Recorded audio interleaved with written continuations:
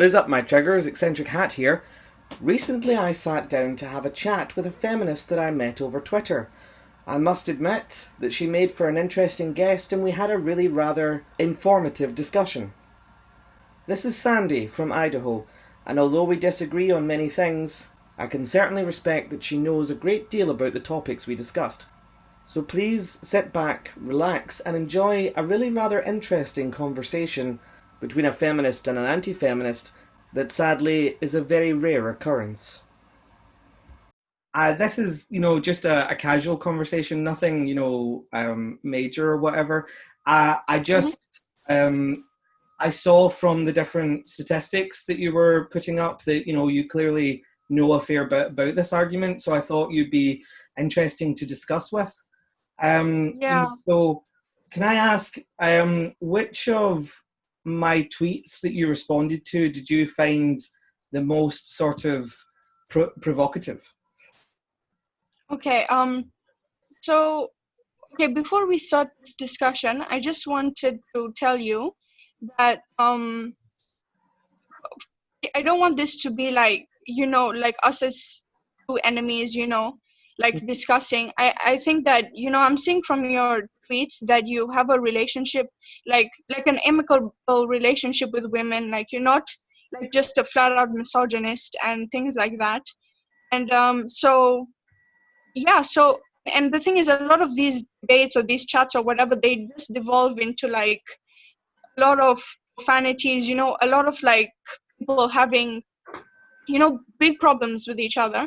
And I just like that my goal for this is just to share my point of view with you, maybe change your mind on a couple of things. But if I don't do that, then at least we'll just shake hands and just basically have a good discussion. So not doing this to humiliate you, so you don't have to like um basically get defensive. Okay, so yeah, that's the first thing I wanted to say.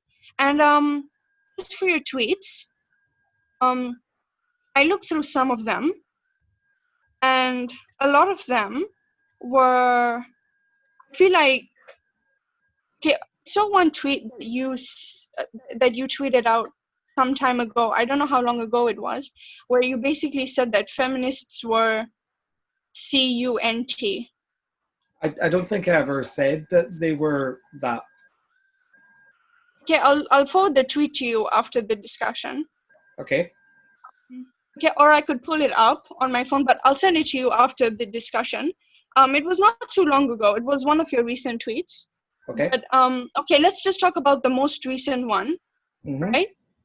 Where you were talking about men and their achievements and like men who have, created the internet and created computers and things like that.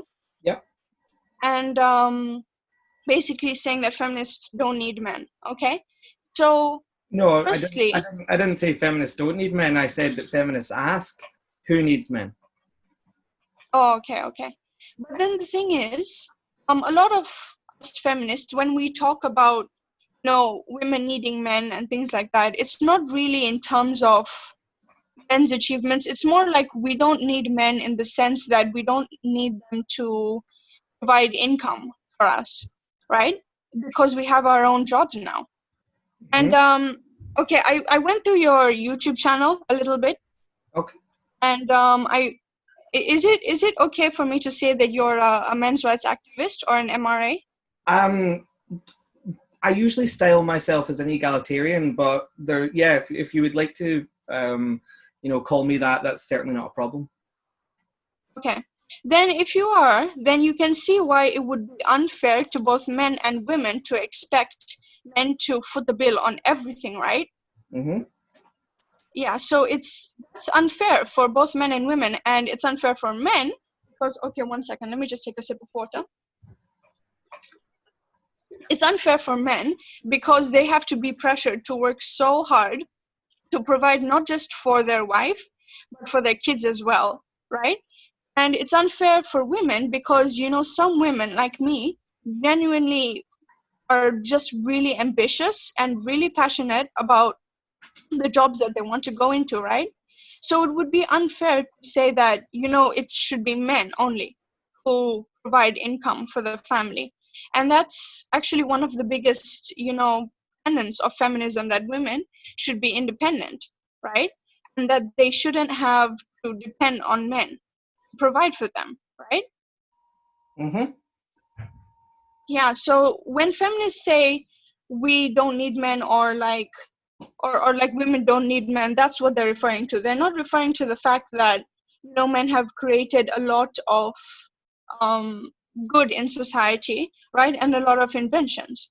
And actually, another point which I raised in the replies was that I don't think you should just look at the men who are doing this, because, as I stated, I gave specific examples of women in software engineering and computer science that I feel like also should be mentioned. Like, for example, Ada Lovelace, who is the first computer scientist, and Grace Hopper, who invented COBOL and debugging, and Margaret Hamilton, who was the team leader at NASA um, when they were sending men to the moon for the first time, right? So there's a lot of women also in computer science, and I feel that people, not you specifically, but people in general, they really like to focus on men's achievements while not focusing on women's achievements, which is also another big problem to me. Okay, these are really interesting points. First of all, in order to say, you were saying that when feminists ask the question, who needs men, what they mean is, like, we don't need men in our, like, we don't need to marry men for them to look after us, which is fine. Unfortunately, I would say that a lot of feminists don't stop there. Because we have books like, The End of Men, and we have questions that get asked constantly online. We get asked on television shows, what do we need men for? Are men not obsolete? You obviously have the famous kill all men hashtag. I think a lot of feminists do actually have this perspective that if they don't have a man in their life, that they are completely and utterly independent from men, which is not true, because in a human society, we're all dependent on each other. Mm-hmm. You're saying that it's unfair for men to foot the bill, and that's what feminism wants to liberate everybody from. And I totally agree, that traditional gender roles should not be enforced upon people. Unfortunately, though, men are footing the bill in a lot of ways, because men pay the majority of the taxes and women take out the majority of social welfare schemes. So men Mm-hmm. are paying for women, but we're not getting any credit for that, which is a deep shame, because it's that it comes back to that question, who needs men? Well, the thing is, a lot of women who ask that question need men. And that's kind of what I was pointing out with my tweet when I said feminists will use computers that were created by men, powered by electricity generated by men, go on the internet created by men, go on the World Wide Web created by men, go on Twitter and Facebook created by men, to ask who needs men. And my tweet was not to suggest, because I did get a lot of feminists writing back to me saying, oh, clearly you don't know about this particular female scientist or that particular female scientist. One of the ones I got listed back to him is Marie Curie, who discovered radium, and I have no idea what that has to do with computers. But I was not trying to make the point that women have not contributed to anything, or that even that those inventions were invented in a vacuum, because all science is based on each other. Nobody creates something just off of the fly. As Albert Einstein said, I stand on the shoulders of giants. Albert Einstein's work was based on Newton's work, was based on Galileo's work, etc., etc., etc. So yes, absolutely, women have contributed in these fields, and I don't want to deny that.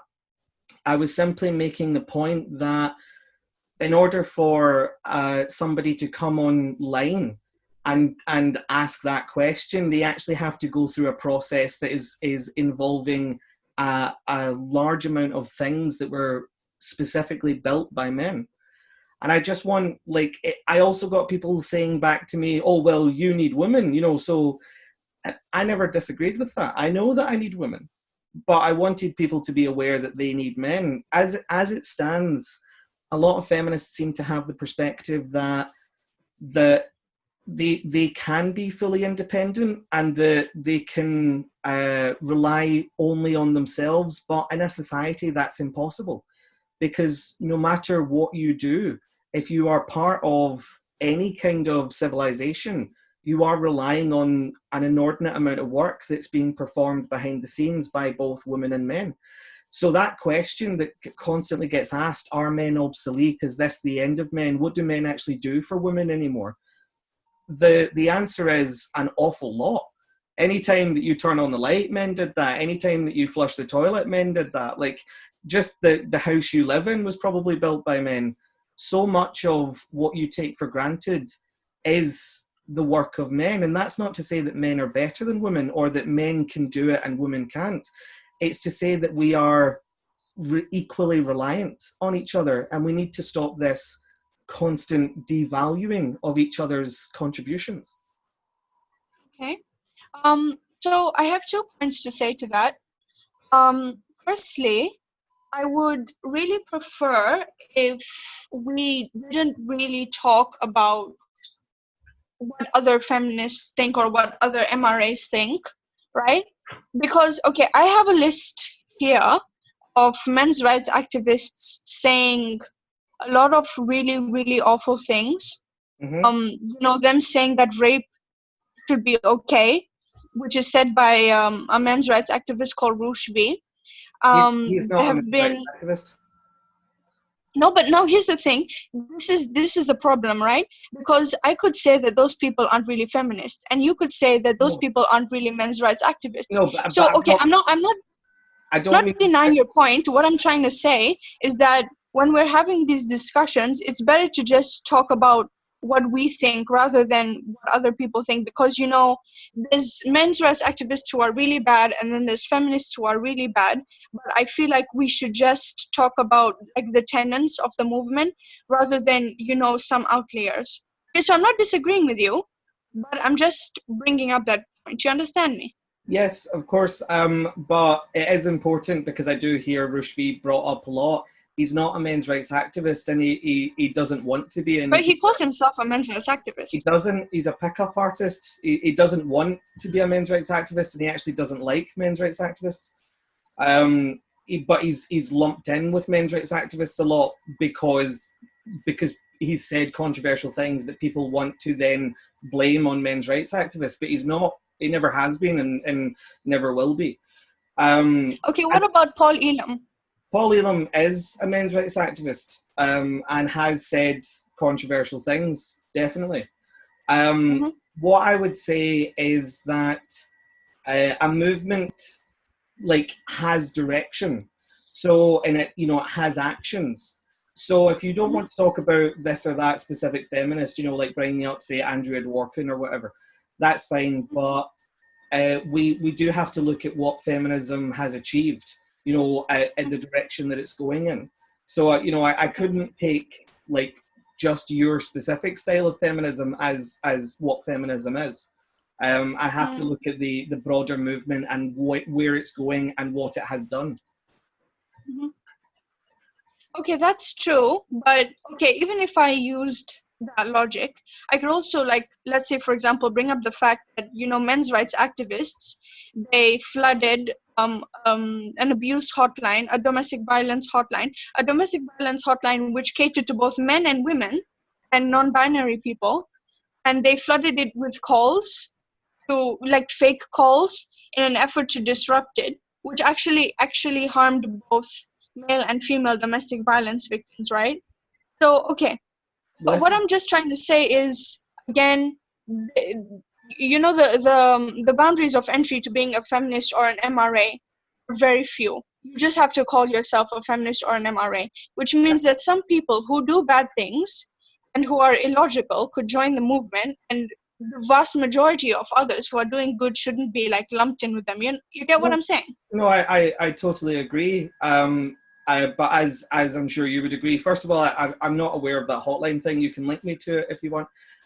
But secondly, as I said, movements are not amorphous masses. They go in particular directions. So yes, if I was to point out just some random person on Twitter that called himself a feminist and what they said, that would be totally disingenuous.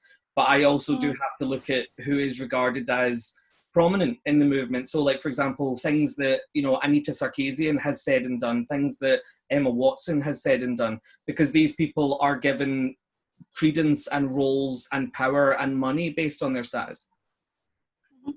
Okay. Okay. Now, I would like to address another point that you made, which was about men contributing more in taxes than women. Yes. Okay. So the thing is, in a society, if there's a certain group which on average makes more money than the other group, then it stands to reason that they'll contribute more in taxes because, you know, the higher percentage, a higher amount that they're giving to taxes, right? Uh-huh.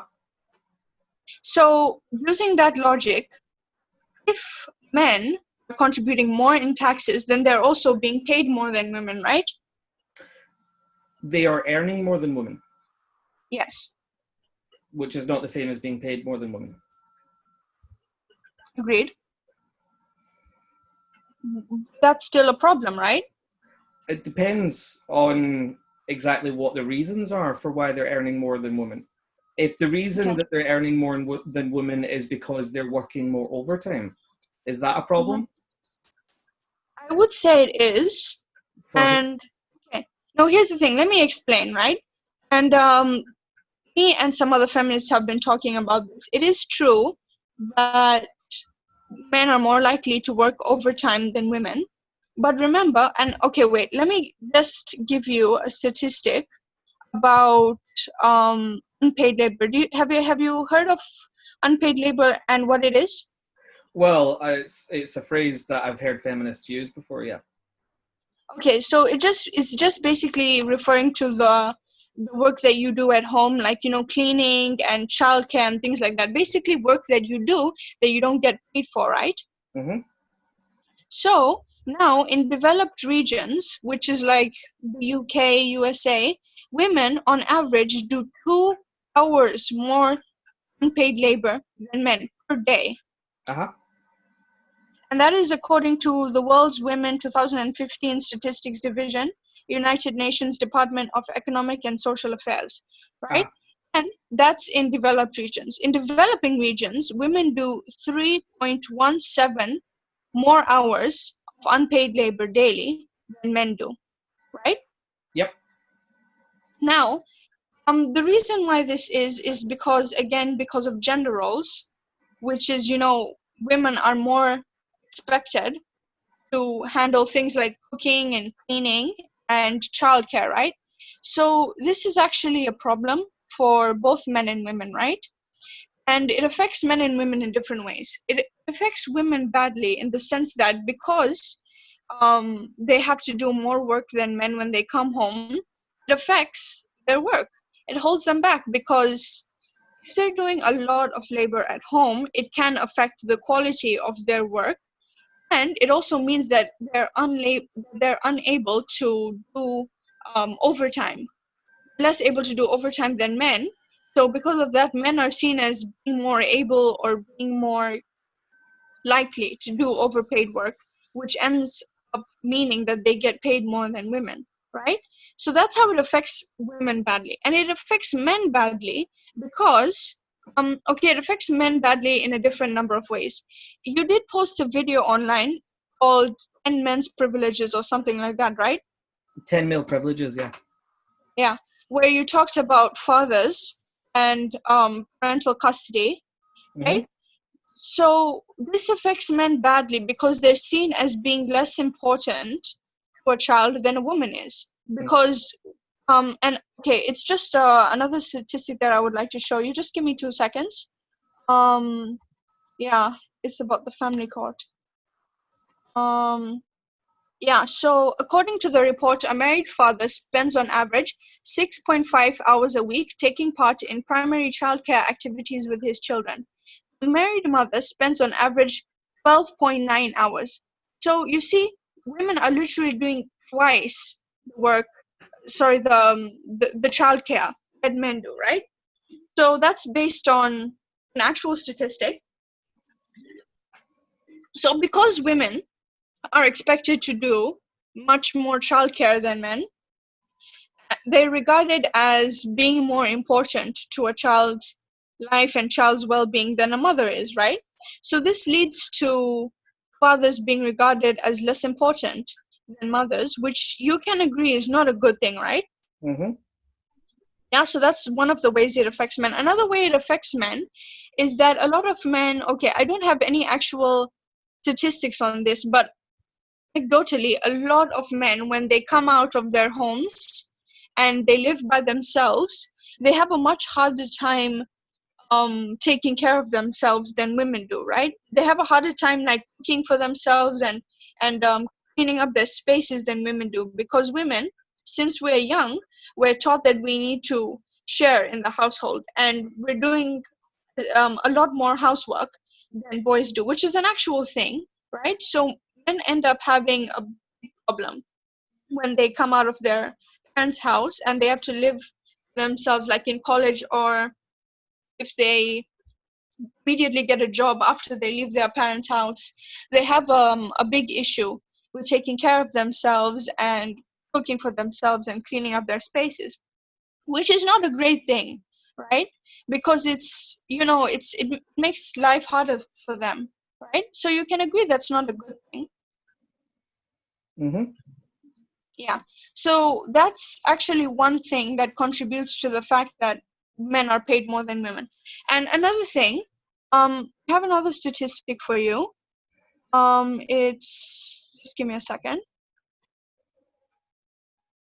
Okay, yeah. According to the American Association of University Women, even when women's choices and men's choices are accounted for, there is still an unexplained 6% wage gap. Okay, so basically what this is talking about is when you hear people talking about the wage gap, they tell you it's because men choose like more, how do I say, more lucrative jobs than women, right? I think you've heard that before, right? Yep. Yeah, but now this statistic, it basically explains that even when you take into account that men and women choose different career choices, even when you take that into account, there's still a 6% gap in how men and women are paid. It's a smaller gap, but it's still wrong, right? And according to Statista.com, 2 out of 3 of people making minimum wage are women, right? And okay, another thing, people will say that um it's only in the careers where there are a lot of men that men make more money than women, and if women were in their own dominated fields that make more money. But that's actually a misconception, because even in the fields where there are a lot of women, like teachers and nurses, men actually still get paid more than women. And I'll just read the statistic for you. um Okay, wait. Okay, so this is from the University of Alabama Institute for Human Rights blog, where they're talking about female-dominated fields. So it says most of these jobs were once okay, they're referring to teachers and nurses, right? Most of these jobs were once dominated by men, and when they were highly respected. For example, before the late 1800s, teaching was a profession for men only. It was highly respected and well paid, but as females began to take these jobs, that quickly changed. When women enter male dominated professions, they experience discrimination and sexual harassment, which could deter them from staying in the field and negatively impact mental health. However, when men enter female dominated fields, they experience almost no discrimination. Tokenism is the idea that a minority group in the workplace or academic area will experience disadvantages and harassment. However, when other groups face discrimination, men benefit from being the token. While there are more women in these professions, there is still a significant wage gap, right? So when women join male-dominated fields like IT, for example, they face, and construction, by the way, they face a lot of sexual harassment, or just harassment in general. right? And just give me a second. I have another. Yeah. Okay. Here, um, there was a report. It says almost 9 in 10 female construction workers experience sexual harassment on the job, according to U.S. Department of Labor report cited in the Law Center study. Right?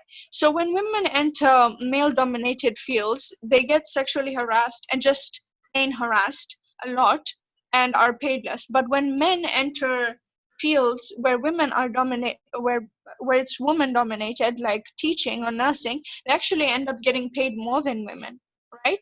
So we can see that there's a pattern. There is this systemic sexism in the workplace and in how women are paid. And that's an issue, right? Well, could I ask, while we're covering topics, that we don't cover too many topics all at once, because Okay, yeah, you're right. these are a lot of things for me to counter. Yeah. Well, I would start by saying, that you brought up women are doing more work in the home, which is true, but you did say things like they have to, or that they are expected to, which I wouldn't agree with, that they have to. It's a very, very nebulous thing, like in terms of that when someone is working overtime, there are things they have to do. There are rules they have to follow. There are deadlines they have to meet. There are quotas they have to make. There are bosses who are reviewing their work. Someone doing work in the home, whilst I don't disagree is difficult labour, is not under exactly the same pressures. There is a lot more leniency. There's a lot more choice. In the home, you can do things at your own pace, in your own way, to your own standards.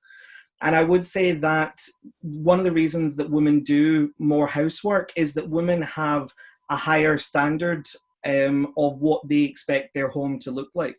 So if you've got two people and one of them wants their house to be spick and span, and the other one is okay if it's a little bit messy, the one who wants it to be spick and span will probably end up doing more labour, because that's their own particular standard that they're trying to accommodate to, which is totally fine.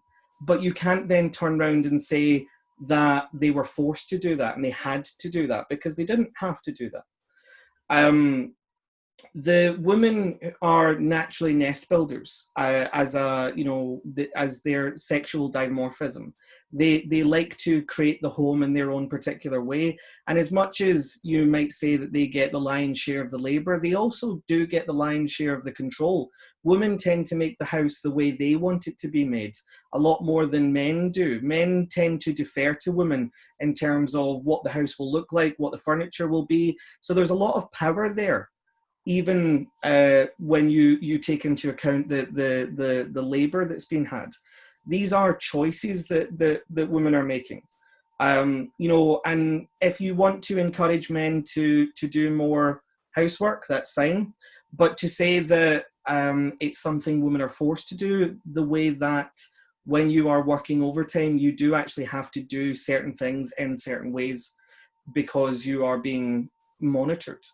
I think that it's important to point out that men originally used to get child custody because they were the ones who were earning money, and the responsibility was then put upon them. If they were earning money, they had to pay for the child and look after the child. It was feminists who fought originally for women to be given primary custody. And to this day, that's still maintained. And feminists will quite often argue that that's a patriarchal expectation that's put upon them. But I would completely disagree with that, given that A, they fought for it in the tender years doctrine, and B, when a divorce happens, getting child custody is something that both parents spend thousands of dollars on when it comes to the legal fees in the court. Nobody gets the child and then sits on the courtroom steps crying. If they don't want the child, they can immediately say, Your Honour, I want 50-50 custody. They don't have to take the majority of the child custody. So I really think that's frustrating when people say, oh, fathers aren't getting to see their children, but it's really mothers who are suffering? Not at all, because it is their choice, and it's not only something that they are privileged to have, it's something that they pay a lot of money to get. When it comes to the wage gap, you talked about the 6%. The difference that we don't necessarily are able to attribute to any one thing, it's not necessarily down to men are just paid more in a particular field because everybody loves men. Because the truth about corporations is they don't want to pay anyone a penny more than they have to. So the idea that corporations will pay men more just because they like men is nonsense when we know how ruthless capitalism is. What is likely going on is that men tend to fight harder for pay raises than women do, which is quite a risky thing to do, because if you go to your boss and say, I want a raise or I'm out of here, you might get booted out. You might lose your job. Men are more risk-taking than women are. And if the risk pays off, you get a benefit from it. But if it doesn't, you lose. We know how many men, are earning this amount of money more than their co-workers, but how many of them lost their job? How many of them are now unemployed? How many of them are now homeless? It's no coincidence that 3/4 of the homeless are men. It's because men take risks, and the ones that pay off, they end up at the top and we can see them all. But the ones that are at the bottom are usually invisible. You talked about women becoming teachers, and that devalued the role of teachers. The thing is that wasn't because women came into the role. The reason that teachers were seen as such a high status position was because 100 years ago, we didn't have anywhere near as many people going into higher education. It was a far more blue collar economy. So as universities took in more students, and therefore more people were able to go into teaching, naturally, on the basis of economics, teaching became less and less valuable as a profession. Nowadays, almost anybody could become a teacher, whereas 100 years ago, it was so much harder. So I would disagree that it has to do with women entering the field. In terms of when men go into female-dominated roles, that they face no harassment or any kind of sexual promiscuity, that's not true. Men do come forward to say that they do face this, but we have a self-fulfilling cycle at the moment, which is that we believe women face sexual harassment more than men. And so therefore, when a woman says, I'm facing sexual harassment, we automatically say, well, that must be true because we know that it happens. Whereas if a man says, actually, I was sexually harassed by this woman, we're like, are you sure? Really? Because it doesn't seem to happen very much, does it? So when it comes to women going into these fields, now I'm not saying that women don't face any kind of harassment. And I'm not saying that any kind of harassment doesn't matter. It does, and it should be dealt with, and it's important to deal with it openly. But when somebody comes forward to report that they feel harassed, that's not the same as categorically them being harassed. So if you're saying, 9 out of 10 women report being harassed, that doesn't mean that 9 out of 10 women were categorically, objectively harassed. Women are more likely to feel harassment than men because we have a society that tells them that men are harassing by nature, and we don't tell men to see it when women are harassing. I mean, it's like, for example, see if you were to watch a sitcom, how often do you see on television where a man says something stupid and a woman slaps him, and the audience laugh? That happens quite a lot. Whereas how often do you see on television where a woman says something stupid and a man slaps him and the audience laugh? That never happens, because we wouldn't see that as funny. We would see that as abuse.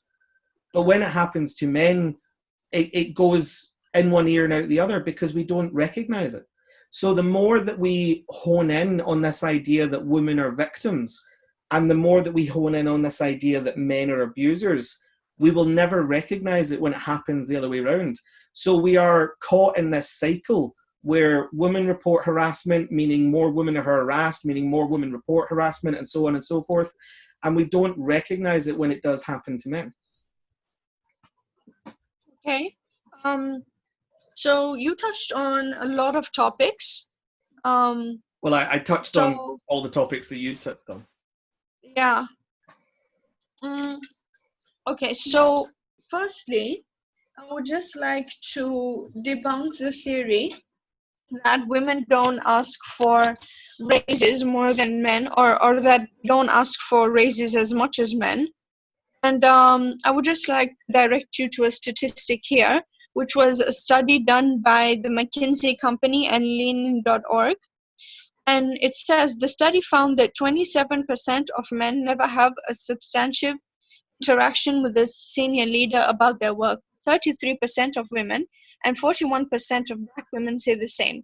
And while 40% of men reported that they have never had an informal interaction with a senior leader, 49% of women and 54% of Latino women and 59% of Black women reported the same. 2018 Women in the Workplace report. Okay, so this is basically about men and women having an interaction with a senior leader, right? Which really impacts your career, right? So men are just more likely to meet with their senior leaders than women are, right? That's the first statistic. The second statistic is that women are actually 1% more likely to ask for a raise than men are, right? So it's about 50% for men and 51% of women. So the theory that women don't actually ask for raises, it's just a misconception. It's not true at all, right? But how many of them make threats? How many of them follow through with it? There's a difference between, can I have a raise? Okay, no. Or I want a raise or I'm leaving. Yeah, but I think that you need to consider the fact that there is sexism in the workplace, and that contributes to it. And men are just seen as more qualified naturally than women are, even though they might have the exact same resume. Let me give you an example, right? So here we have a study, which is here 30% women are 30% less likely to be considered for a hiring process than men. So this was written by Maria Jose Gonzalez and Clara Cortina and Jorge Rodriguez Menes, researchers at UPF's Department of Political and Social Sciences. So this is a university in Italy, right? And they did this research. This experimental research consisted of sending fictitious resumes of people between 37 and 39 years of age for 1,372 real job offers in Madrid and Barcelona. The CVs were sent in response to offers in 18 occupations whose degrees of feminization, required qualification, and responsibility varied. In general terms, the resumes considered more than 5,600 male candidates were called to an interview in a higher proportion, 10.9% than women, 7.7%. Under equal terms, the likelihood of receiving a call to a job interview was 30% lower for women than it was for men. Right? Okay, so basically what this is trying to say is that even when men and women have the exact same resume, the only thing that's different is their names and their gender. The men are still 30% more likely to be considered for the job than women are, right? And this comes from our natural assumption that men are just more qualified than women, right? No, I would completely dispute that. I would argue, because I have heard of this experiment before, I would argue that, yes, as you said, there is sexism in the workplace, and it goes both ways depending on, different circumstances. Men are, they have easier times in some areas, they have harder times in others. Women are the same. I just want to sort of extrapolate and say, I don't think that women don't have problems, but I think that it's not a binary system of men have it all, women have nothing. And what I would say about that particular study is that it's not about men being naturally better. It is a company that's asking the question, will this woman have children at some point? Will she take time off? Will that affect her bottom line? Which, you can argue that might be an unfair thing to ask, and there's definitely room for debate there. But it is an understandable thing for a company to say that men are more likely to work overtime, whereas women are more likely to take time off, particularly for children. And so for someone who's making a decision about employment, that's understandable for them to ask. But also bear in mind how many laws and legislations are being put in place for women, how many things are constantly being brought up about, oh, this air conditioning is sexist. And like the way that feminism is looking for each and every little thing to pull apart in a workplace, women are a greater risk to hire. And it's not because women are worse.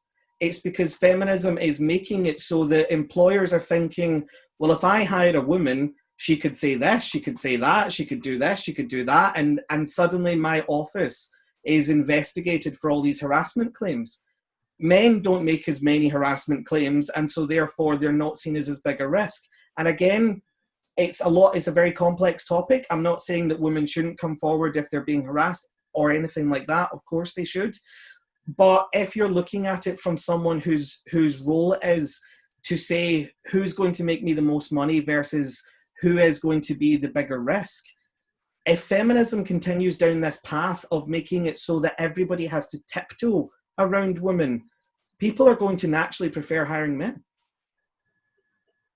But now the thing is, that logic I feel like I just don't agree with, because first and foremost, the main point of us moving forward as a society is to be more inclusive and to make things better for the people who are working for our company. So we should definitely be passing those laws against sexual harassment, for example. Yes, right? but what about those things that end up on the news like sexist air conditioning? Okay. So I don't know that much about this thing that you're talking about. All I did see was that one woman who looked to be someone in college was complaining about sexist air conditioning. So I don't really see that as that big of an issue, because there's no laws that have been passed against air conditioning. It's just one woman, a college student who's complaining about sexist air conditioning. So I don't see it as that big of an issue.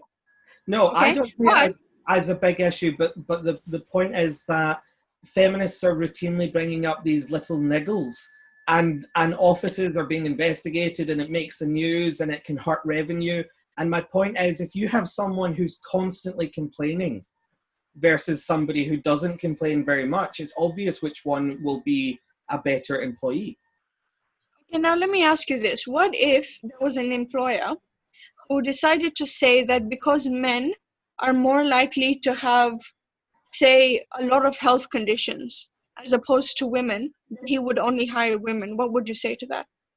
Well, as in, is this a hypothetical, or do you mean that men do have more health conditions? They do.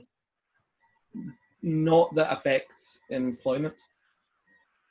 No, but okay, let's say, for example, if he uses the statistic that men are more likely to get a heart attack than women. So because of that, he's not going to hire any more men. Right, okay, well, again, that is something that happens, although it happens more to men, not to a particularly high amount of men, and it also happens much later in life. But I take your point. Let's say, for example, there's a benefit to hiring women, and this person wants to hire more women than men. That's your question. Mm-hmm. Yeah. Well, I would say that we do need to have a look at the causes of this. So, for example, if there was health conditions that are affecting men more, it would be important to be funding the research into those health conditions. And again, I am not saying that harassment is not a problem, or that that we don't need to take a look at those claims or these issues. But I am saying that when people are hiring, the idea that if you want to solve the problem, you have to understand the problem. So saying that it boils down to this idea that people prefer men, they naturally see men as better, they naturally see them as workers, so on and so forth, That's not the cause of the problem, so you can't solve the problem with that cause. It is happening for a myriad of reasons, some of them understandable and legitimate, some of them not fair. But until we accept the reasons that it's happening beyond simply they like men more, we're not going to be able to solve the problem. So to answer your question, I would say that we would have to take a very serious look at why it was happening. If I said, in answer to your, like your point about you're not hiring men because they have greater health conditions, if I then turned around and said, well, clearly it's because they like women more, and clearly what we need to do is blame the matriarchy and blah, blah, blah, blah, blah, blah, blah, that wouldn't help men. Blaming it on women, blaming it on the matriarchy, blaming it on whatever wouldn't help men. So to solve the problem, we actually have to know what the problem is. And it is far more complex than just men are preferred because everybody likes men. Okay, but now the thing is, us as feminists, we've actually proposed some measures that can be taken to reduce sexism. For example, fix the problem of companies preferring men because of things like maternity leave. Feminists have actually argued that paternity leave be extended to the same time as maternity leave, right? So this will allow men to spend more time with their wives and their children, and basically will reduce the preference that some companies might have had for men, right? Would you say that's a good solution? I would say that's a good solution. It's something I would support. Yeah, okay. Now, another thing I wanted to bring to your attention is that you talked about, in one of your male privilege videos, you talked about boys and education, right? So if I used your logic and I said that, companies will prefer to hire men because it's just harder to work with women, would you say it's fair to say that boys get lower grades because they're just harder to teach than girls? No, Why? because for a long time, males got higher grades than females. And so we had a great deal of research to ask the question why this is. How can we change it? What can we do to improve education? And so through a lot of reform, females started to get more grades. And so what we need to do is ask those same questions for males and say, where are we failing them? Not where are they failing us? Okay. But okay, if you want to look at actually why, a big reason why boys are getting less good grades than girls, would you agree that one of the reasons is because okay, do you know what male role socialization is? You mean gender roles? Yeah, it's almost the same as gender roles, but it goes a little bit more into psychology and about how boys and girls are brought up. You see, boys and girls are brought up quite differently, right? Girls are brought up to be more mature and to be more responsible than boys, and this actually leads them to focus more on their studies even from a young age than it is to boys, right? So feminists have talked about this, and this leads to problems for both girls and boys because, again, it's the reason why girls, not women, but girls, do more housework than boys, even from a young age, right? But it also leads to them being better at multitasking, for example, which leads to them getting higher grades. So would you agree with that? Well, first of all, there's plenty of evidence to suggest that men are actually better at multitasking. Secondly, I would disagree that women are brought up to be more responsible than men.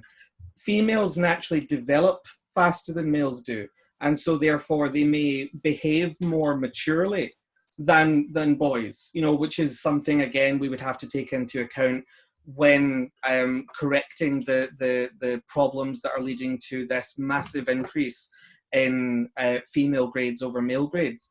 Because in the UK, if things continue as they are, within the next 10 years, females will have a wider gap in attainment than the gap between private schools and public schools. So therefore, it would actually be more beneficial to be a female than a rich boy.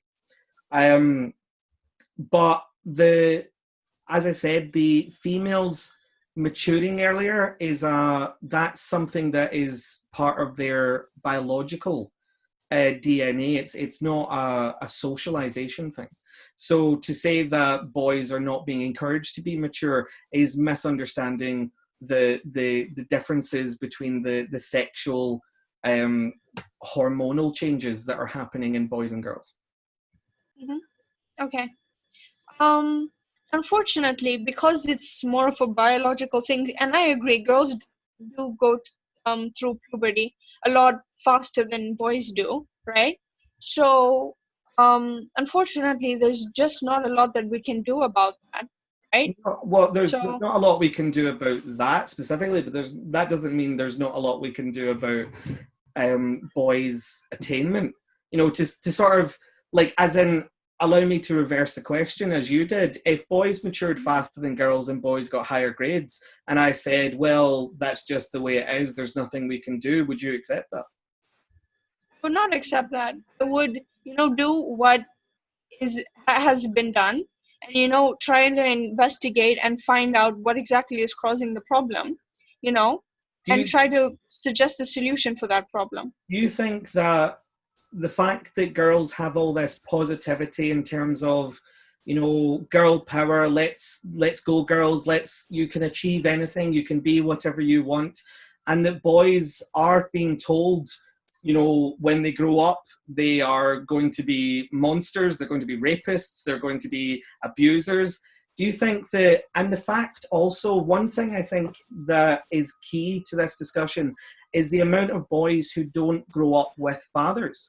A lot of children are being raised almost exclusively by women, so they're being raised by their mothers. They're going into nurseries which have almost exclusively female staff. They're going into primary schools which have almost exclusively female staff.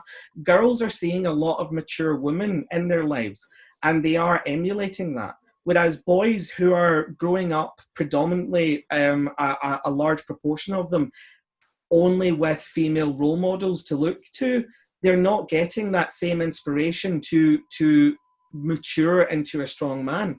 I think fatherlessness is a crucial area as to why boys are underachieving.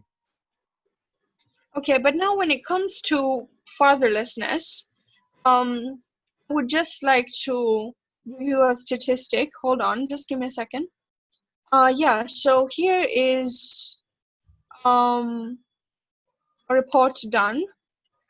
In 51% of custody cases, both parents agreed on their own that mom become the custodial parent, right? So that's 51% of cases where men are deciding to leave the family and to leave mom with the kids. So Ask it's where it's not it's this not comes. just that it's not just that we look at single moms and say, oh, boys are raised by single moms and that's bad for them. We also must realize that a lot of fathers are actually making the decision to leave their families. And, that's not a good thing. And I'm not saying all fathers do that or all fathers don't care about their kids. I'm saying that big problem, and I feel like this is not being addressed by the MRI community, is that they're not looking at the fact that in a lot of these cases, it's not that the mom just specifically wanted, the father to go and die somewhere. It's the father specifically choosing to leave his family. Can I ask where this statistic is coming from? I'll send you the article. It was just on a national database. So, Well, yeah. Okay, this was in the US. it's something that I would say that the MRA community is absolutely adamant about, the like fighting fatherlessness. That's, it's a good point to raise that mothers are not stealing children away from fathers. No, that's definitely not the case. But we are living in an environment, or it's not always the case, but we are living in an environment, in a society that has totally devalued the role of fathers. I mean, it's very ironic to call it a patriarchy, which literally is the rule of the father, when single mother households are such a normal occurrence. I think that we need to really, really reestablish the importance of fathers, because mothers and fathers play different roles in their children's lives. fathers are more likely to play with children when they're young than mothers are. Fathers push them to be more explorative and to really test themselves, which encourages them in terms of what they want to achieve, to really push themselves. I do think that it's important because, this is true across all of society. Human beings are naturally good. We don't live in a world where men are evil or that women are evil. Human beings are naturally good. And so in a lot of cases, it's not a bitter bloodshed that ends up with a predominantly female-run house. But I'm sure, you would agree that the role of mothers is something that society promotes more than the role of fathers. Is that fair? Yeah, Um, it is. Okay, the, I do agree. if somebody And if somebody said children need their fathers, society might be mhm, like, I mean, that not necessarily a mother can do just as good a job. But if somebody said children need their mothers, it would be like, well, yeah, obviously, of course, children need their mothers. We do respect the immutable importance that mothers have, but we don't have that same respect for fathers anymore. mhm. Okay, now I will agree with you, but I would just like to say that when you look at statistics like 84% of single parents are mothers, right? And that women do a lot more primary care for children, based on the average number of hours than men do. It's not just because that society hates fathers or anything like that. It's because they're so used to seeing women being pushed into childcare. In fact, in some countries, it's their whole identity, and it's like it's like their biggest honor in life for a woman is to be a wife and a mother, right? Mm-hmm. And most of the privilege of being a woman comes from being a mother, when in reality, again, it's just about gender roles again affecting both men and women in bad ways, right? So, and this actually impacts childless women pretty badly, because again, you realize that not every single woman wants to be a mother, right? And they're constantly getting told that, they need to have kids, that if they don't have kids, that they haven't fulfilled their role as a woman, right? So, yeah, it's just gender roles hurting people once again. And, okay, let me ask you something. Well, Have you heard of the phrase can I toxic answer that? masculinity? Can I answer that first? Mm-hmm. Talking about mothers and gender roles. See, gender roles absolutely do exist, but one thing that's important to sort of analyze them from is that they are not the creation of a patriarchy in order to control two different subsets of group.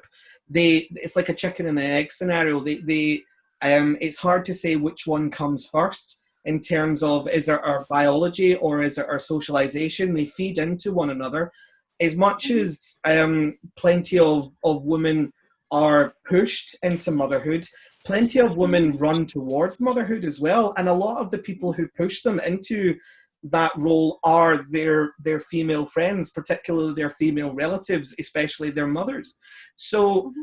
like, I would absolutely say that a woman does not need to become a mother to fulfill herself, but so Mm-hmm. many women who do become mothers say that they go through an enormous change and they find themselves and that they didn't feel complete until they had the child, which is also fair for them to say, and Mm-hmm. that so many women actually do see that as their greatest ever contribution to Mm-hmm. have a child. I mean, my mother is particularly in love with her role as a mother. She finds that incredibly fulfilling, and it would be wrong for me to take that away from her, just as it would Mm-hmm. be wrong for me to force it on somebody who didn't want it.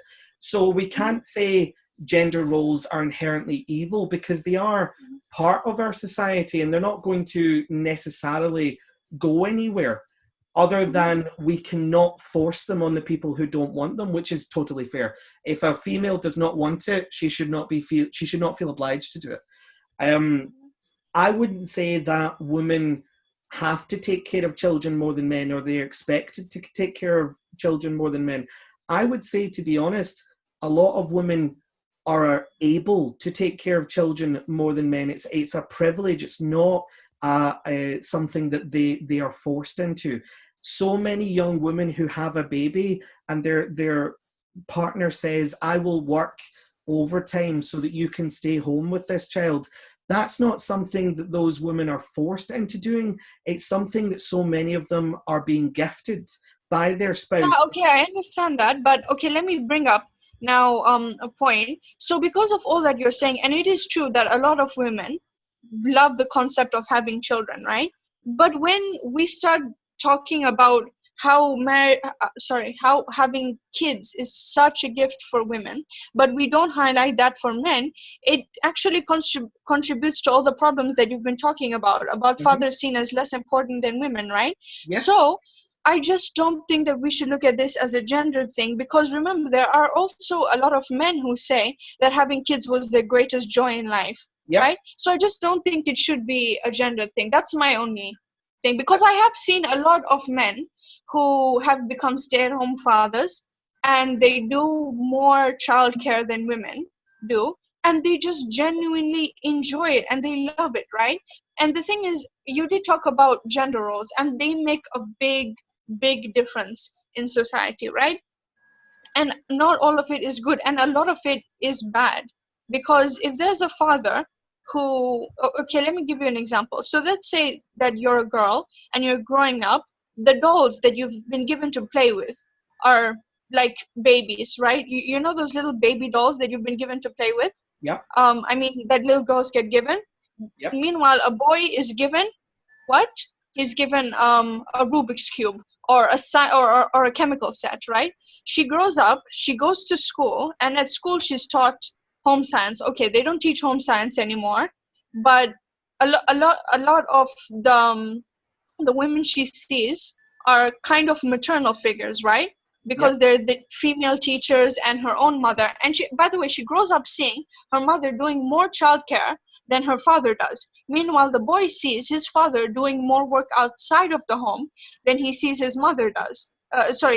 Seen his mother do, right? So they both grow up. You know, she grows up hearing about how women love having kids so much.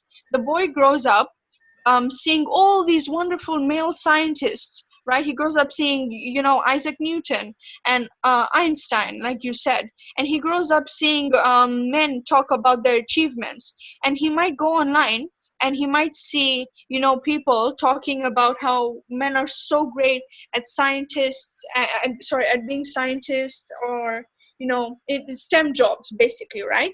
And then, so when they grow up, it's very possible that that the girl in this particular story might care about having kids a lot more than the boy does, because he's being pushed since he was a child to being a working man, and she's being pushed since she was young to be a mother. You understand? So No. I'm not saying that in an ideal society there'll be zero people who care about having kids. No, there'll always be people who care about having kids. But my point is that as it stands, it's right now being a very gendered thing, right? Because a lot of women are literally being shamed for not wanting to have kids, and those little girls, they're seeing that, they're seeing women being shamed for, you know, not wanting to have kids, right? Meanwhile, what is the boy seeing? He's seeing all these young men celebrating being bachelors. He's growing up seeing men, okay, again, not all men, just some men, talking about how great it is to not be married and to not have kids, you know, this bachelor lifestyle, right? And he might be attracted to that. Meanwhile, the woman is being shown that she because there are a lot of people these days who still believe that, you know, a woman's place is in the home and things like that, right? They might not be the majority, but, you know, she's hearing that, and she's, you know, understanding that they feel that way, right? So I'm telling you, like, there's still a huge push for women to do more work in the home than men do. And again, I just don't and again, it affects both people badly, right? So yeah, so like the boy, for example, in this case, he might be pushed towards living a life that he feels is unfulfilling, because, you know, not if you go into a job just to make money, for example, it doesn't always guarantee that you're going to be fulfilled. And he might want to have a child and just stay at home much more, but he's so scared of being bullied, right? Because there are a lot of men who say that they want to stay home and take care of their kids, and they get bullied by their male peers for it a lot. Same as women who work in careers, like I mentioned to you that a lot of women were being harassed, right? But a lot of women were also being told that by them working so hard, they're missing out on a beautiful family life, right? So all of these things contribute to people, right? We can't expect each and every single woman or every single man to go against the grain and follow their dreams, right? Because, humans are very social creatures, right? So if there's a particular tradition in a society, then just naturally a lot of people are going to be following that, right? But in societies where things are different and where women and men are raised different, men and women actually act different. For example, there's a place in China where it's a matriarchy, basically. Don't worry, it's not a severe abuse. Men are not being severely abused there. But the key difference is that it's perfectly considered acceptable for a woman to have a job, and it's also considered acceptable for her to have like 4 boyfriends, for example, right? Now, you grow up or you live in Scotland. If you saw a woman with 4 boyfriends, that would be something that's completely out of bounds for you, because it's not that common. But in that place, it's very common, right? And the men and the women are okay with it, right? So you see, basically my point is that I'm just trying to say that how people are brought up and how the society is really, really, really affects both men and women. And it's not just 100% about, women naturally wanting to become mothers, and a lot of women wanting to become mothers, and a lot of men wanting to provide for the family and things like that. And okay, up until now we haven't mentioned LGBT people. That's a lot for me to Okay, answer. yeah, I'm sorry, I kind of rumbled there. No, that's fine. The socialization plays a huge part into it, but so does nature, and it will always be this question of nature versus nurture. That's it's unanswerable. But it is definitely nature based as well, because it's happened all across the world in societies that were thousands of years apart, thousands of miles apart. It is predominant. I mean, you said, what about this tiny community in China? Well, I would say the fact that it's a tiny community in China proves the point, because every single major civilization on earth has always had that dichotomy of women aspiring towards motherhood and men seeing themselves as providers and protectors. And I totally agree that should not be the be all and end all. If a man wants to be a stay-at-home father, that is a-okay. And if a woman wants to spend all of her life doing pursuing a CEO position, that should absolutely be valid as well. But a lot of this feeds into itself because, like, for example, if you have a woman who has a child and she feels so fulfilled by being a mother, she is naturally going to pass that on to her child. And it would be a shame for you to say that she's not allowed to, in case that child then feels pushed to being a mother as well. It's like a self-fulfilling prophecy. We all pass on our passions to our children. But you said you were talking about a little girl, getting a doll, whereas a boy gets like a Rubik's Cube or whatever. How many little girls are telling their parents what they want? I want this doll. How many, little girls are being bought gifts that they're asking for? I mean, yes, you could raise a girl by giving her, all of those kind of stereotypically male toys, but a lot of parents just give the child what they ask for. It is an inherent female natural thing to want to emulate the mother, to want to be that caregiving role. If a little girl sees her mother being so amazing and loving and kind and nurturing, she's naturally going to want to do that, and she's naturally going to want that baby doll. And if you force a Rubik's Cube on her when she wants the baby doll, that's not any better than forcing the baby doll on her when she wants the Rubik's Cube. You know, I mean, I remember Christina Hoff Sommers, who's an American professor who deals a lot with gender, talking about how she had a male friend, who was a father of this little girl, and he really wanted her to be interested in model train sets because that's what he loved growing up. And so he bought her one for Christmas, and he went upstairs to get something, and he came back down dead excited to build the train set with her. And she was putting a blanket over the train and saying, "Shh, Daddy, it's sleeping." You know, so the thing is that toy companies would love to sell exactly the same toy to boys and girls rather than having to make different ones for each, because it would save them a lot of money if they could mass produce the same toy. But they can't, because boys and girls want different things. And even in situations where we've tried to make it as equal as possible. So, for example, there's a school in Sweden called Igalia, where the boys and girls are treated exactly the same, but they still end up playing different games. The little girls still end up building little houses, and the little boys still end up playing cops and robbers, because it's part of our DNA that boys like this more competitive style of play and girls like the more natural, nurturing kind of play. You know, so I agree that we should promote women doing whatever they want with their lives and men doing whatever they want with their lives, whether that means a man being a stay-at-home father or a woman being a CEO entrepreneur. But chances are you will always get women veering towards that motherhood role and men veering towards that protector provider role, because it's in our DNA and has been for millions of years. And every society on the planet is exactly the same. It can't just be coincidence. Okay. So you talked about toys being given to kids who want particular toys, right? And basically, okay, here's the thing. There was a study done basically to decide which kind of toys that girls liked and which kind of toys that boys liked, right? So they actually found that the kids would not just choose gender toys, they would actually choose the ones which were the most similar to the ones given at home or the ones given to them when they were infants, right? Mm-hmm. So it's not that girls would naturally ask for dolls. It's that even when they were babies themselves, they were being given more feminine toys, and baby boys were given more masculine toys, right?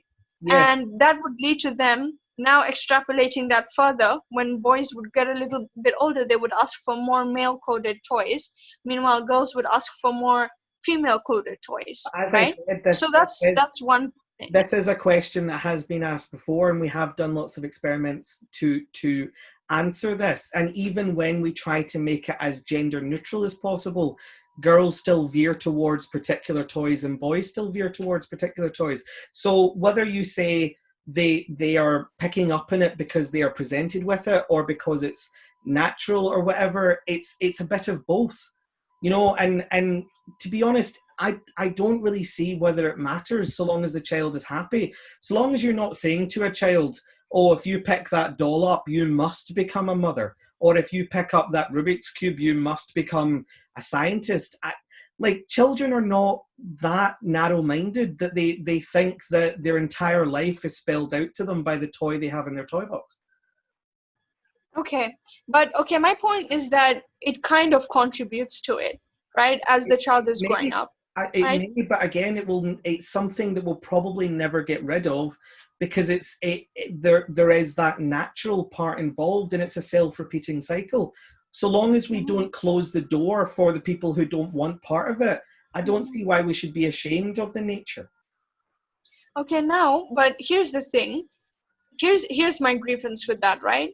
My grievance with that is that, like you probably know, that a lot of people they don't, a lot of women might want to go into like a more male dominated career, and a man might want to go into a female dominated career. And like I gave you specific examples, when women do go to male dominated careers, they do face discrimination and harassment, right?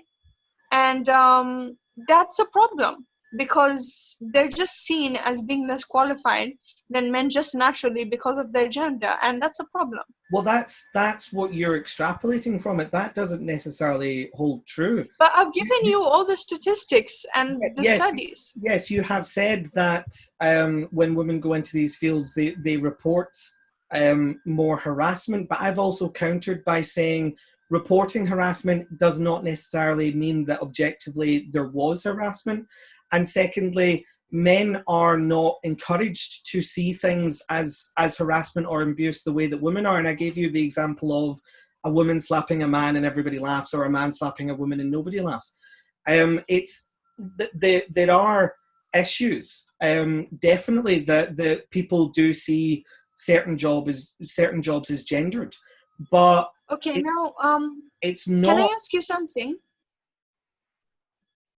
Go ahead. Okay, have you ever heard of the concept of toxic masculinity? Yes. Okay. So do you know what it is and how it affects men badly? I'm aware of the theory behind it. Okay. So okay, just let me give you an example. So this was taken from a site, it's called xy.com, which is a male site, right, dealing with men's issues, right? And so this is what they had to say about toxic masculinity. Okay, the term is typically used to refer to the narrow, traditional, or stereotypical norms of masculinity which shape boys' and men's lives. These norms include the expectations that boys and men must be active, aggressive, tough, daring, and dominant, right? And so toxic masculinity, which many feminists like myself have talked about, it actually harms both men and women, right? So now you talked about the fact that if a guy is slapped, he won't see it as a problem, or if a woman is slapped, she'll see it as being harassed, right? Why I talked about that society sees a woman slapping a man is not a problem or even as funny, but they see the other way around as abuse. Okay, so now that actually relates to toxic masculinity, and it's one of the biggest examples that male domestic violence victims are seen as not, how do I say, like it's not really seen as bad, right? So under toxic masculinity, men are seen as being physically and mentally stronger than women, mentally as well, They are physically and stronger than women. yeah, and they're also seen as being having like if something happens to a man, it's less emotionally taxing than when it happens to a woman. Basically, that they're more mentally strong than women are, right? And this causes a host of problems for men. Like you actually talked about it in your video. um so let's use the example of male suicide, right? So the thing is, and male depression, right? So because of toxic masculinity, men are seen as being more mentally strong than women. So if a guy is depressed, he won't really be encouraged to talk about it. Like they'll just say that he's exaggerating it, or he's not being manly enough, and he needs to be more manly, and that actually contributes to male suicide rates, right? So that's one example. And another example is, again, domestic violence, because men are seen as stronger and more mentally strong than women are. It's regarded as less bad to physically abuse them than it is to women, right? So basically feminists have been talking about this and how it affects men badly as well. And it's actually one of the biggest reasons that gay men are more, how do I say, they're more oppressed than lesbians are, right? And effeminate men are more bullied than masculine women are. So do you agree with that? Yes, I Okay. agree with. I agree. Effeminate men are more bullied than masculine women. Not, everything that you've said. Okay. Okay. So I just wanted to bring that up because a lot of MRAs take issue with the term toxic masculinity. Mm-hmm. And yeah, so I just wanted to bring that up to highlight, the different ways that it affects men and things like that. Okay. And what else? What else? What else? Okay. So do you have anything else you wanted to talk about? No, I'll answer toxic masculinity, and then I think we should call it a day. Because Okay. this has been a very informative conversation. Mm-hmm. First of all, I would say that part of the reason that I personally and a lot of MRAs take an issue with toxic masculinity is because it's part of this patriarchy theory that men have created a world to benefit themselves, and toxic masculinity is seen as an unexpected, unintended consequence of it. So men created a world where they would put themselves on top and they would subjugate women, and toxic masculinity where men are harmed is the same argument, patriarchy hurts men too. It's basically saying that the issues that men suffer is a result of their own desire for power, their own social corruption. This patriarchal structure that has been built for men has hurt them. So it's putting the blame back on men. It's not saying that society has hurt men. It's definitely not saying that women have hurt men. It's saying your desire for power, your desire to be aggressive, to be assertive, to be dominant, these are backfiring on you. So it is blaming men rather than seeing them as a victim. And I would ask the question, the toxic masculinity, the name tends to be a huge bugbear, and feminists will say, well, we're not saying all masculinity is toxic. I would ask, if you were to say, look at the black community in Compton or Harlem, in poor minority areas in America where there is a high degree of gang warfare. If you were to say, well, clearly what's happening is these young black men are being brought into this due to poverty, and they're being told that this is the right way to go and that this will get them money and it will be an escape for them. Would you call that toxic blackness? Because I think that to then have a name that implies that it's their fault as opposed Mm-hmm. to a social fault, that's part of the reason that it feels very much accusatory. And I would totally disagree with this idea that feminists are not playing their part in saying that men should not cry, because plenty of times where I have raised issues, I get feminists replying, oh, you're just upset because you can't get sex, or you're just upset because you're a whiny cry. But Eccentrik, you told feminists that they need to choose between men and feminism. So Mhm. aren't you basically saying the same thing? That feminists can't get men? I'm saying that not that they can't get men, it's not a sexual point, it's that these things are diametrically opposed, men and feminism. Feminism has a lot of negativity towards men.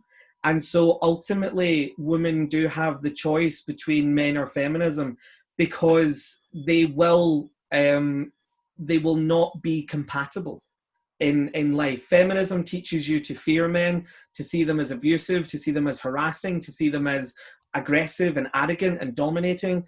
You can't have a loving relationship where you are mutually submissive and deferential towards a partner, whilst also seeing them as part of this conspiracy to oppress you. Okay, so basically I would answer that by saying, first of all, there is a patriarchy. It's real and it's very, very bad. And let me give you an example, right? So in the US, 80% of the government are men, right? And 95% of Fortune 500 CEOs are men, right? And like previously discussed, men do actually earn more money than women, right? So there is very much, a disparity of power between men and women, right? Historically, men have been the majority of people who have been creating laws. Like for example, if you wanted to look at the history of the US, for example, there was not one single female founding father or founding mother or whatever, right? So you can see throughout history, men have been historically the ones in the most power, right? Politics and things that they were regarded as things for men. Business was regarded as something for women. Again, not saying that there have been zero female politicians or that that there have been zero female businesswomen in history, because there have, but historically speaking, men have been at the forefront of these things. So there is a patriarchy.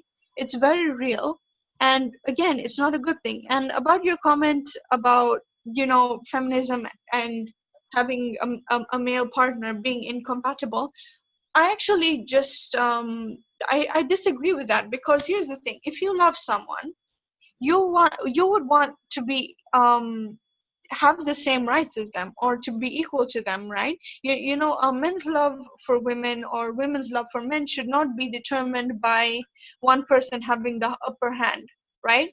So okay, if you are a feminist and you want equality, or you're an egalitarian, it stands to reason that if you want to pursue a relationship, you want that person to be equal than you. You wouldn't want them to have the upper hand, right? So like if a feminist is in a relationship with a man, she wouldn't see all men as being abusive or as being scary, right?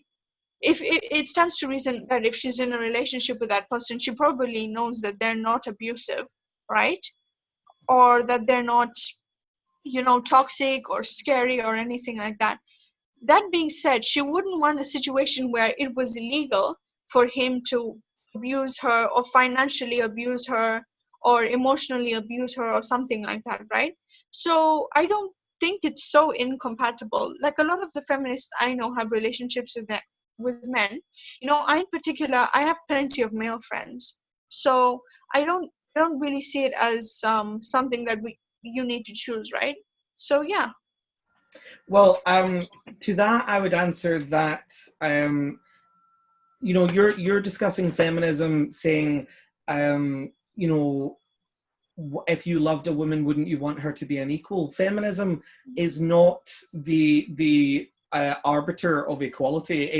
It's not. It doesn't have a monopoly over that word. To suggest that if you don't believe in feminism, or if you have a problem with feminism, that you therefore hate equality with women, that is a totally disingenuous argument. The same way that if I said to you, are you a Republican? And you said no. And I said, well, clearly you hate America then, and you want America to fail.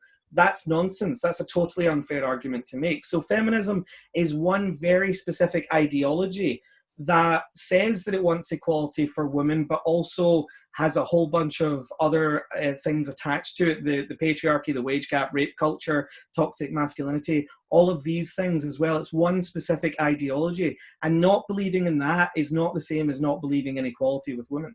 And also, in terms of talking about patriarchy, where men have power, yes, men do have power. That's perfectly true. The patriarchy that feminists talk about is not simply the idea that men have power. It's the idea that men use power to benefit men over women, which is not true. You said that 80% of politicians in America are male. 52% of the voters are female. Females vote more than men do. If women didn't want those men in power, they wouldn't vote for those men. And what's important is not who's in power being of the same gender or the same race or the same sexuality as you. It's simply them believing in the same things. So there's plenty of female politicians that I would agree with way before I would agree with X, Y, or Z male politician. Men will always end up pursuing political roles more than women will, because politics is incredibly risky and men take more risks than women. Statistically, any individual woman has the same chance as any individual man of getting in office. It's just that more men run. More women could run, and that's fine if they want to encourage that, but it's likely that an equal number of women will not run, because politics requires you to take a lot of risks, and it's also something that is incompatible with being a parent who spends a lot of time with their children, which for a lot of women is not something that they want to do. It's fine that there are plenty of women who don't want to be a mother, or, you know, only want maybe one child or whatever, but for the vast majority of women, that's not true. That's a deal breaker. So the women that we know in politics, women like, say, Hillary Clinton, Margaret Thatcher, Theresa May, Angela Merkel, these women have either not had children at all or have only been pregnant once. So for a lot of women to say to them, you will have to give up being a mother in order to pursue a political career that will lead you into the most powerful offices in the land, that's not something that they actually want to do, which is fine. Feminism should not have a problem with that either, so long as the doors are not closed to women. Because as I would always say, it doesn't matter who's in power, it matters who the laws are made for. And women have more rights than men, categorically. Women have more protection under the law, categorically. There's many male politicians who are very adamantly feminist. So it's not fair to say simply because men are in those positions that all men are benefiting across the board, because those men are very much making laws on behalf of women that seems to be satisfying plenty of women. Okay, I understand that, but again, it's not always that case. Like, for example, in the US recently, many people in the Senate and in Congress were trying to pass a law outlawing abortions for women, you know, which is not something that women would want, you know. No, I absolutely have to stop you there. The Okay. most prominent pro-lifers are female. It's not fair to say that's not something women would want. There are many prominent pro-lifers arguing for abortions to be outlawed that are illegal. Okay, I understand that, but when they were polled, 70% of women said that they wanted abortion. If you want to, well, in a poll, that's like that doesn't necessarily mean that that is true, I mean, for all women, but it is something, okay, that a lot of, okay, Eccentrik, the thing is, it's something that a lot of pro-choicers say, that's not something women would want, whereas there are many women arguing for abortions to be outlawed. Yeah, but it's not the majority. Okay, listen. Okay, that's an entirely different thing. I just would like to say one more thing before we finish, because it's been like now almost approaching 2 hours, right? Mm-hmm. So I just wanted to read some facts out. Okay, not facts, but statistics out to you, or happenings rather. Right? So basically what I wanted to do is that I just wanted to end this by giving you specific examples where large feminist organizations have actually benefited men. Okay? So I'm just going to read this out to you. And so this is about rape and male rape victims, right? So, you know, there was a time in the US when it was like not included that men could be raped. Like the official definition of rape was that it only happened to women, right? Mm-hmm. So here's what happened. Okay, the Feminist Majority Foundation recently led a Rape is Rape campaign, calling on the public to pressure the FBI to update its definition. More than 160,000 emails were sent to the FBI in support. And a decade ago, the Women's Law Project began a campaign to change the definition of rape used by the FBI in its Uniform Crime Report. Eric Holder expands FBI's narrow, outdated definition of rape from Huffington Post, right? So that's the Feminist Majority Foundation basically telling the FBI that they need to change the definition of rape so that they include rape victims, right? Now this is, okay, again, so this was all the way in 1973. Following a national conference in 1973, changes began to take place more rapidly, beginning with the creation of the National Rape Task Force, or the NOWRTF, which was a subgroup of the National Organization for Women. Now, the next step for activists was to create a sample of how they thought rape laws should be written. One of the most successful repeal attempts took place in Michigan in 1974. The definition of rape was changed. Changes to the definition of rape allowed for the possibility of a male being the victim of rape. The revised definition considered rape to include forced sexual contact in any terms of vaginal, anal, or oral sex. So this was by the National Organization of Women in 1973, but it was only passed in Michigan, right? And the Liberals Party in Sweden, which advocate for liberal feminism, introduces the first emergency center for men. Yeah, so this is the Liberal Party in Sweden, which is a feminist organization, creating the first emergency rape center for men in Sweden, right? And okay, the following is about the draft for selective service.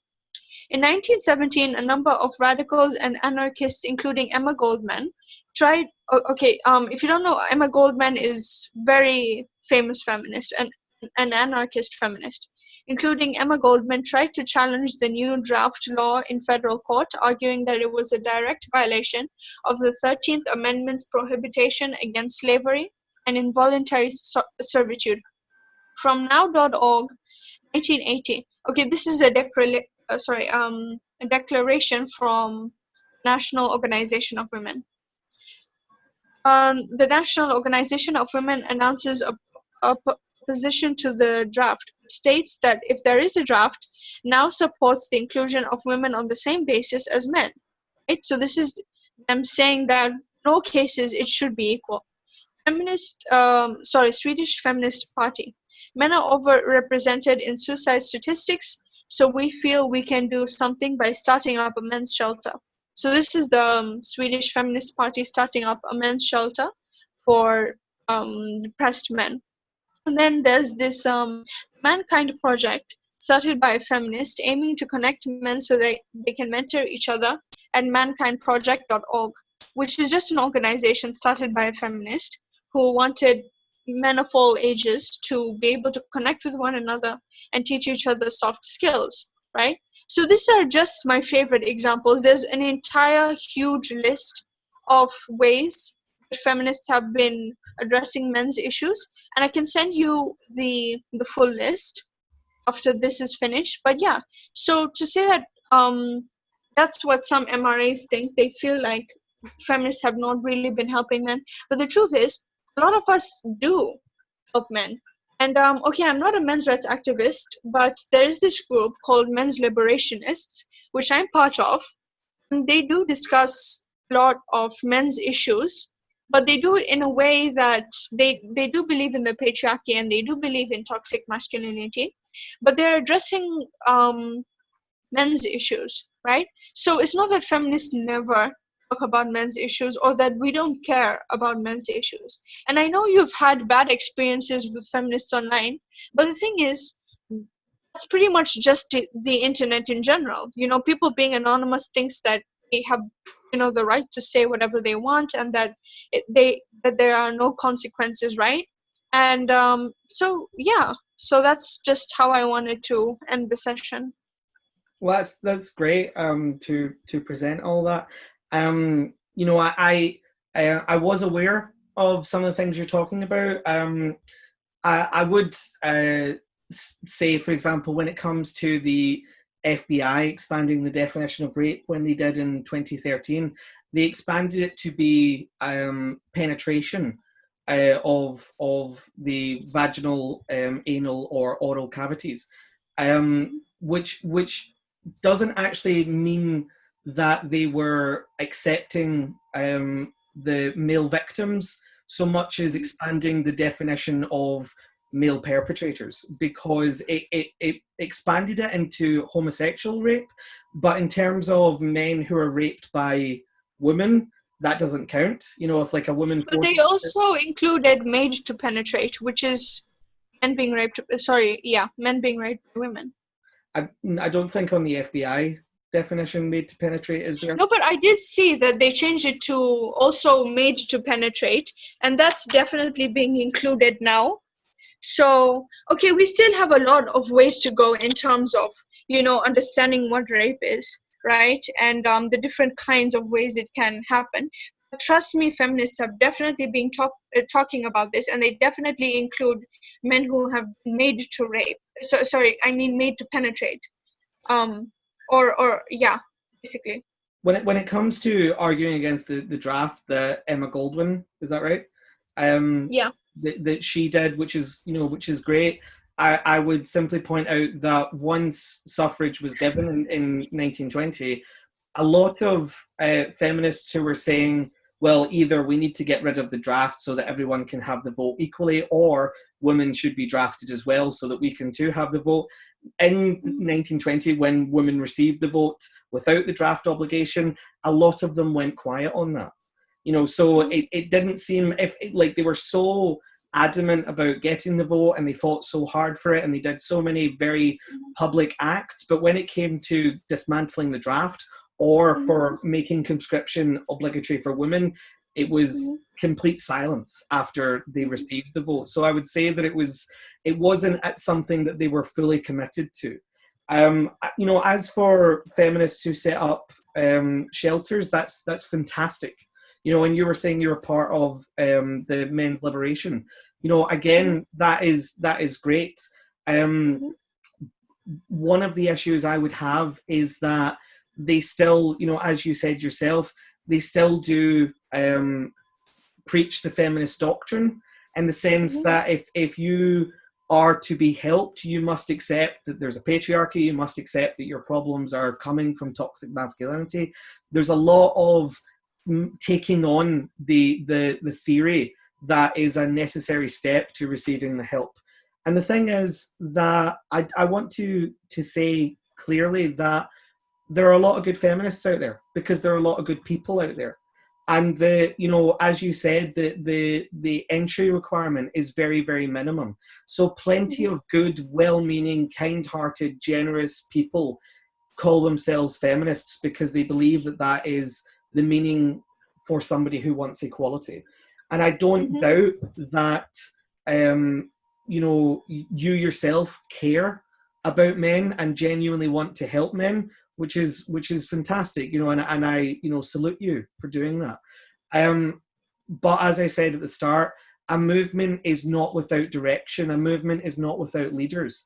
And so when you look at the actions of the feminist movement in politics, or when you look at the spoken words of the most prominent feminists who hold positions of power and have been on a wide variety of media, those are the people that I tend to take issue with. The ordinary on-the-ground feminists who do genuinely believe in equality, not so much. But I do see the feminist movement and the feminist doctrine as something that is hostile to men and to equality.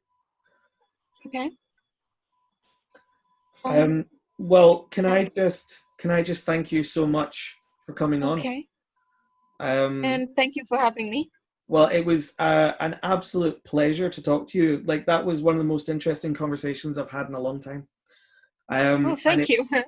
No, well, it's really impressive that you have so much knowledge of these issues, and that we can have a very calm, mature discussion. And even if we don't agree, I think we have at least mutual respect for one another's position. Yeah, definitely. Okay, thank you. And yes, Sandy from Boise, Idaho, thank you for speaking with me and for having such an interesting conversation. I really appreciate it.